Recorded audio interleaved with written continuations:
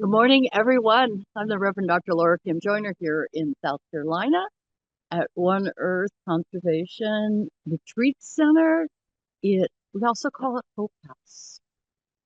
We are gathered here. What is today? Today is October the 7th. We are the third week into autumn, and the moon, I guess you could say it's waning. It was full last night at 11:44 p.m. here in our area. Let's see, what else are the stars and stars doing? The sun rises at 7:24, so we have just a few minutes before it peeks out over there behind the garden and the bluebird house. The Venus and Jupiter were up this morning, and last night, as the sun went down, you could see Saturn rising and a star called Foremohout, or the lonely star. It's one of the brightest stars in the autumn sky as you look towards the southeast. So maybe you can look for it where you are. What are the stars and the moon and the sky doing where you are? I hear that the aurora borealis might dip down, maybe not as far south as we are, but may you see that too. Now, what about the birds? We are here for the sunrise birding for life. We are sharing a practice together of rejoicing in life around us, including ourselves and the Belva community, an intentional community, so that we can do the beauty that we are. Let the beauty we are be what we do. Rumi said it best, right? So, what are the birds doing where you are? I looked at our migration dashboard last night, and it said less than 1 million birds went over South Carolina last night migrating south. Now, that's really low. I mean, it is low. We had 21 million 2 nights, over 20 million 2 nights last week. They'll come back. They keep on going. We're still just, they're going south. So just a low day for some reasons for pressure and storms. Don't quite know what the birds are taking. What are the birds doing in your area? What have you seen so far this morning? What is likely there? So far this morning, we had bats really earlier before the sun even began to think about coming out. I saw them over our front pasture there in our meadow that we are rewilding. We're letting the forest come back, prairie in one section and trees in another. I saw a mourning dove flow over, American crows, chipping sparrows, cardinals. Also, let's see. Oh, yes, the pine warblers were here. These are sort of our regular friends. And I heard the pileated woodpecker a little bit too. So, number one rule for our practice together, anytime we do bird walks or whatever we're doing, is interrupt me if you see something. Go, wow, really? And I'm on my phone, so I hope I can see your comments. If not, put comments if you're watching this on recording. I will even interrupt myself. So, as October 7th, we are near the St. Francis feast day, which is a Catholic saint, and he was the patron saint of animals. So around this time, around October 4th, many different traditions and secular traditions have a blessing of the animals. So this past weekend in Columbia, South Carolina, there were two, at least two going on, and there was one online as well yesterday. So let's just talk a little bit about St. Francis. We usually start with a reading. So I'm going to grab my book so I can read it exactly. He said, not to hurt our humble brethren. This is our first duty to them. But to stop there is not enough. We have a higher mission to be of service to them wherever they require it. That reminds me a little bit of Jane Goodall, who died last week on October 1st. She said, I'm paraphrasing, let me speak for those who cannot speak. So let us care for them, St. Francis said. And there are a lot of stories about why was he so into animals. So I'll just paraphrase one of those stories. He was out one day and he was doing his prayers and his walks. And, in the Christian tradition, they would talk about giving honor and glory to God. And so he was out doing that and he saw some birds and he began to preach to the birds, telling them about God's glory, about the earth's creation's glory. And he said, look at you. You are the most noblest of species, your fine feathers and your song. Look what God has given you. should you not display your beauty back to God and give honor to God? And so the birds began to fly and flap and show all their beautifulness. And then St. Francis blessed them as he walked among them. And so he's known for a blessing of the animals as well and for caring for them. Now, let's bring this maybe into a little bit of a science mode. We always talk about science mode, but it is also a metaphor. Maybe before we get to the science, it is a metaphor of how the world is a blessing and is beautiful. Yes, there's tragedy and pain and loss, but life is such a blessing, such an amazing thing that glorifies existence here on this planet. And birds are a part of it. We are a part of it. And so to rest in gratitude, it's sort of a sense of a blessing going, I recognize and I am grateful for this, for the birds and for this. And perhaps there's some human projection going on that the birds would want to be preached to. St. Francis later said, well, I don't know why I wasn't preaching to animals all along. And so he went out preaching to the animals. And maybe we want to interact with them, be in relationship with them, but they preach to us too. Remember Terry Tempest Williams, her poem last week we read, I pray to the birds so that at the end they teach me to listen. And so perhaps St. Francis also had that. When he was preaching, he was also listening and taking in the glory around them. So there are all kinds of ways to do a blessing.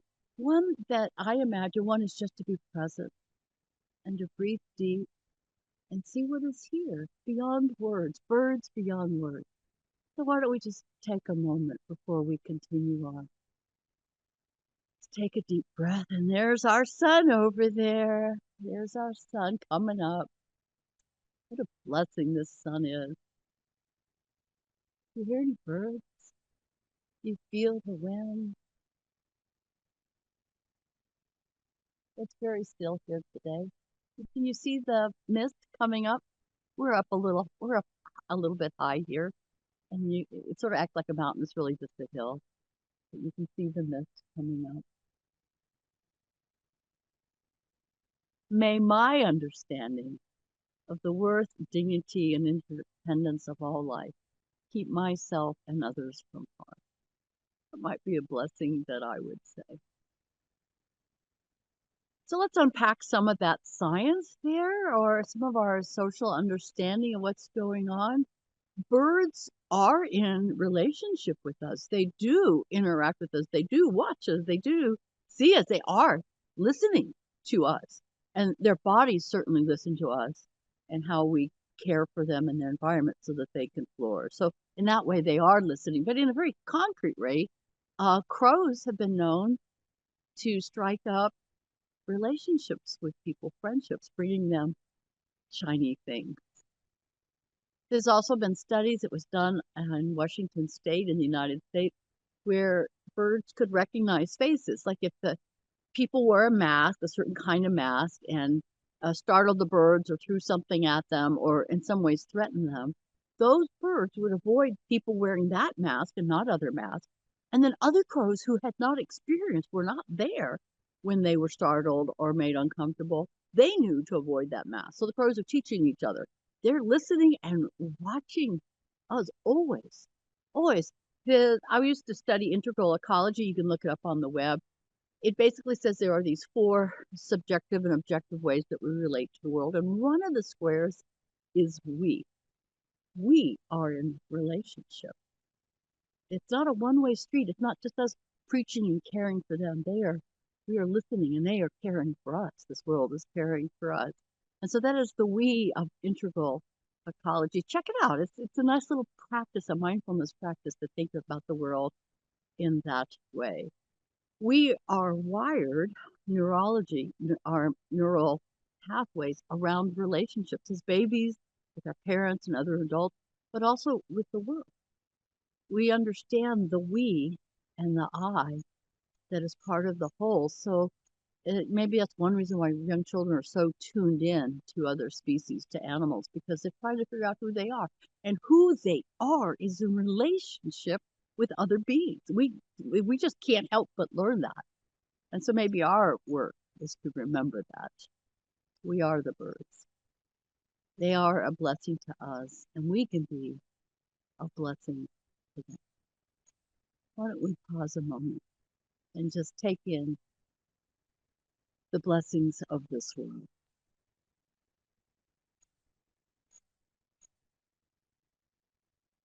I'll give you a view of our yard.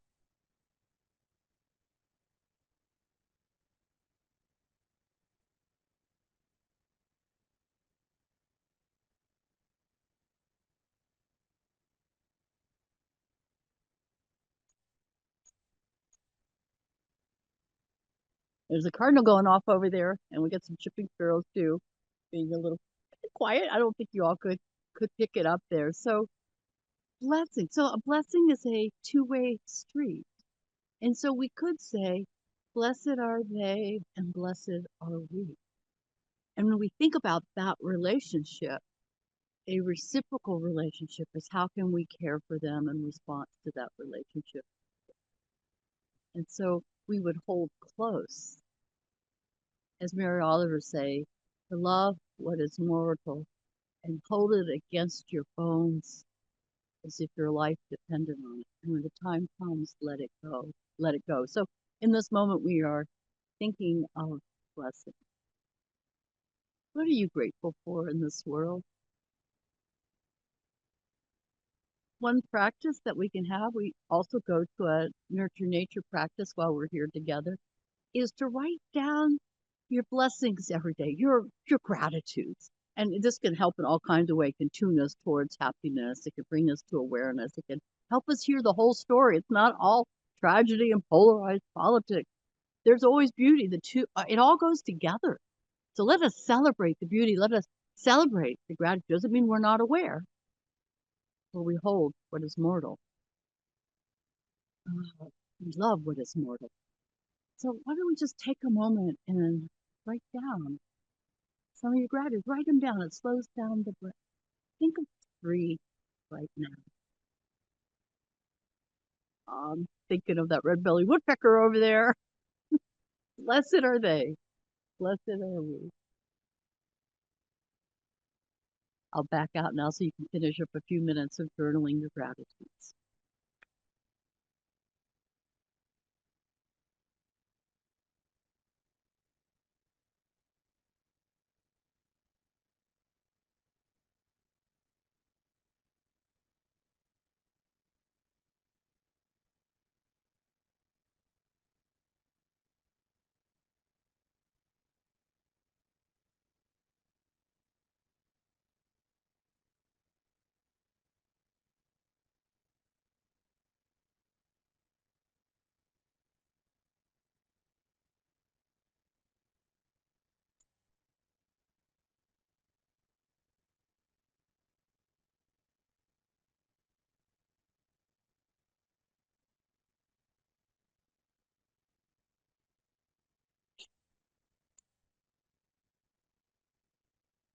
Did you write in your gratitude journal?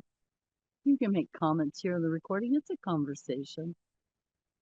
What are you grateful for today? What are the blessings for you today?